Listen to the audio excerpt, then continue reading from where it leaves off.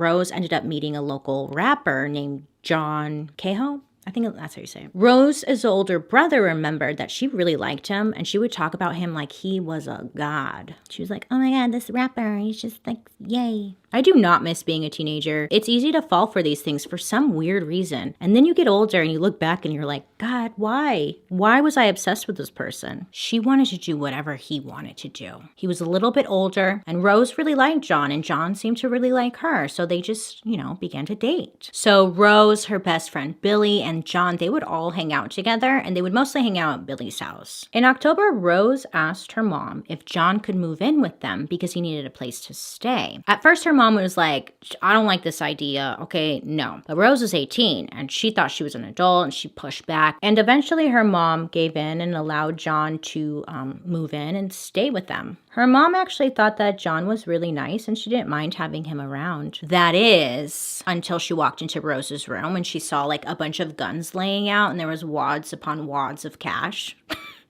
Yeah, allegedly, I don't know.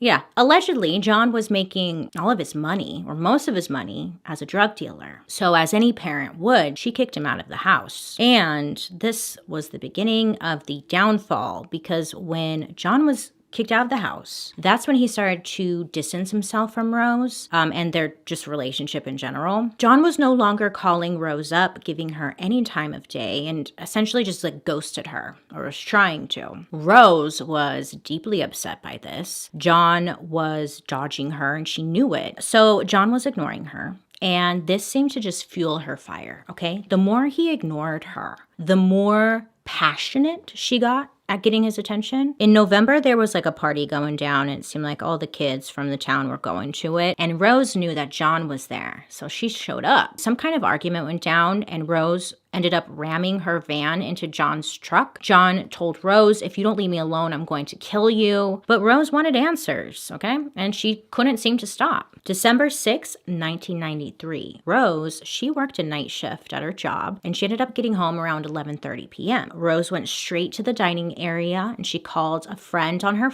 the house phone. And her brother, who was sleeping on the couch, remembers Rose getting into a small argument with whoever she was talking to on the phone. He had no idea what it was about or who she was even talking to. After Rose hung up the phone, she told her brother that she loved him, and she headed out. It was like 30 degrees outside, but that didn't stop Rose from walking down the street to the convenience store that her mom worked at. So around 1:30 in the morning, Rose shows up at her mom's work. Her mom said that she knew something was off. Like, she seemed upset, but it was late and it was cold, so she insisted that Rose take the family van instead of walking around that night. Rose pushed back and insisted, like, I'm fine. I'm just gonna like hang out with some friends tonight. Don't worry about me. So she told her mom that she loved her, and then she left to go hang out with friends. So the next morning at around 8 a.m., Rose's mom, she just had like this weird gut feeling that something wasn't right. Rose was not home, and that feeling was really heavy. So she ends up calling up the local police detective. She's telling him that Rose is missing. Her mom didn't have any details to give other than her gut feeling was telling her something was terribly wrong, and that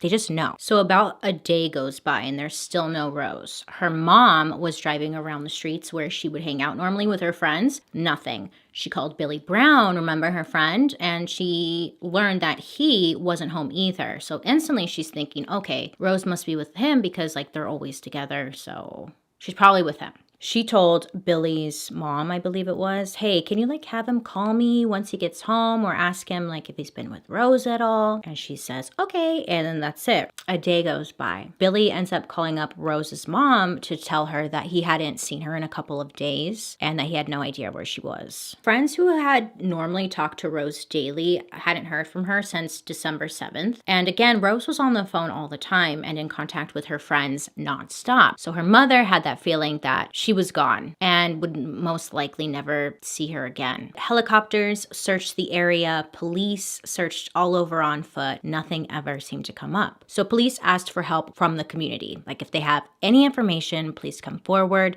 send tips, something. So tips started to roll in. Okay. Someone thought to have seen her at a local mall. Someone else heard that she was beaten to death with a baseball bat. Another caller said that Rose was in the river. More tips kept coming, and over 100 of them had mentioned two names: Billy Brown and John Cahoe.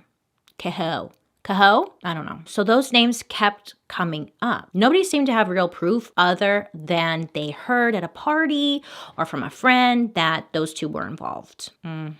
Billy Brown ended up being brought in for questioning. He kept saying that he had nothing to do with it. He didn't know what to tell them because he had no idea where Rose was. Investigators said that they had talked to him enough times to know that they were talking to someone who was involved somehow. I mean, it was obvious to them that he was lying, but he also wasn't cracking, so they had nothing like on him. So the months just keep going by, and there were still many searches going on by air, foot, and they were searching all the local water areas that they could as well. And again, nothing was ever turning up. Oh, I poked myself in the eye.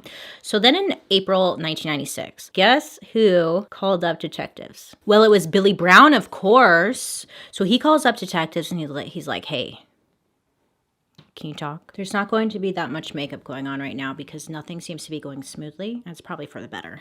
So Billy said the night that Rose disappeared, that night involved drugs, sex, murder, and body parts inside the home of John, the previous boyfriend's, John's grandparents' house. So Billy told them that they drove out to John's brother's house, his name's Tim, and they hung out there to lay low. So Billy, who was now 20, said that he was not the one who killed Rose, John was. So warrants quickly followed, charging Billy and John's brother Tim with being accessories to murder, and John being the one who was actually charged with murder. John, though, he seemed to get word that a warrant was issued for his arrest and he fled. Police went out to the house that Billy was talking about. It was John's grandparents' house. Inside the bathroom, crime lab experts found a single drop of blood that later through DNA testing would confirm that it was indeed from Rose.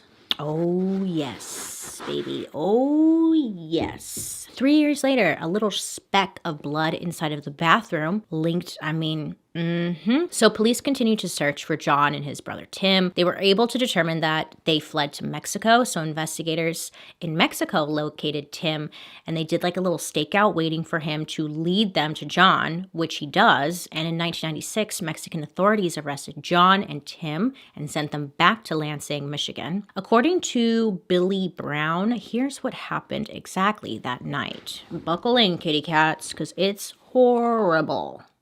On December 7th, 1993, Rose called up Billy and asked him to get a hold of John to see if they could all hang out and smoke some weed, have some sex, and do some average party things, I guess. At some point, John picks up Rose and Billy around 3 a.m. After driving around for a bit, John pulls over on a dark road. Him and Rose have sex in his truck while she rested her head on Billy's lap. I'm not sure, but it's according to Billy, what happened. So once they left there, they stopped at a store that was on the way to John's grandparents' house, okay? So John tells the crew, like, hey, I just want to run inside really quick, grab some things for tonight's festivities. Billy said he later learned that the bag contained a fillet knife, 2 bottles of charcoal lighter fluid, a hatchet, and some trash bags.